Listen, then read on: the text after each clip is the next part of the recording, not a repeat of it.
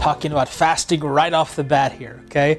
And I fasted for 3 days, just a water fast, right before I preached my very first sermon.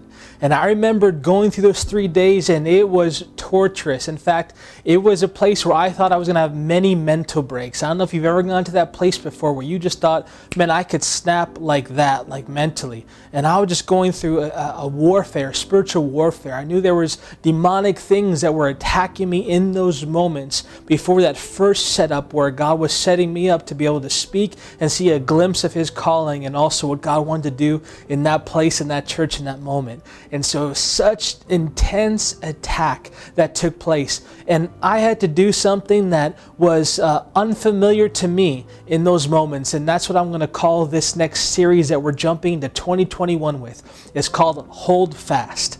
Hold Fast. That is our sermon series now. Hold fast. And we need to hold fast to God, especially during difficult times, especially during times of transition, especially during times when the greatest breakthrough is around the corner and you are about to press into it. And in that press, it becomes difficult.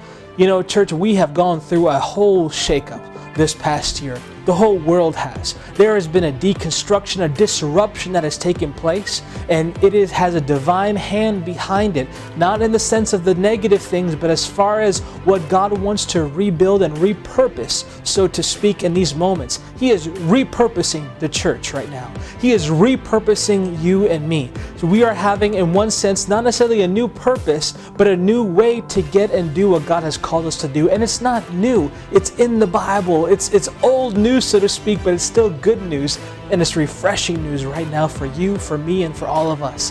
One of those things that I see is just even stepping into the micro church movement that we're doing right now and looking at moving forward with that, and that's something that's new and exciting and different.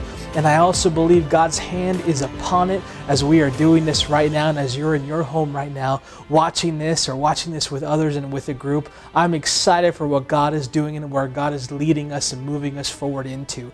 But there are different things that happen in the transitions. There are a lot of things that get shaken, the things that get loose. There are tensions that begin happening. And when those tensions happen, that's when you need to hold fast. If you look at the image for the sermon series, you see those chains that are just taut, they're pulled.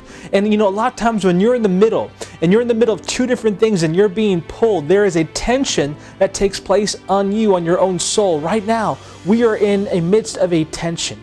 Midst of multiple tensions, but things where we're pulled this way and that way, where we're having to rethink, is what I knew before right? Or is this thing right over here? Or what is God saying right here? And we need to make sure that we hold fast to God, because in those moments that if things are shaking loose, that if we're not holding on to God, the wrong things can shake loose as well.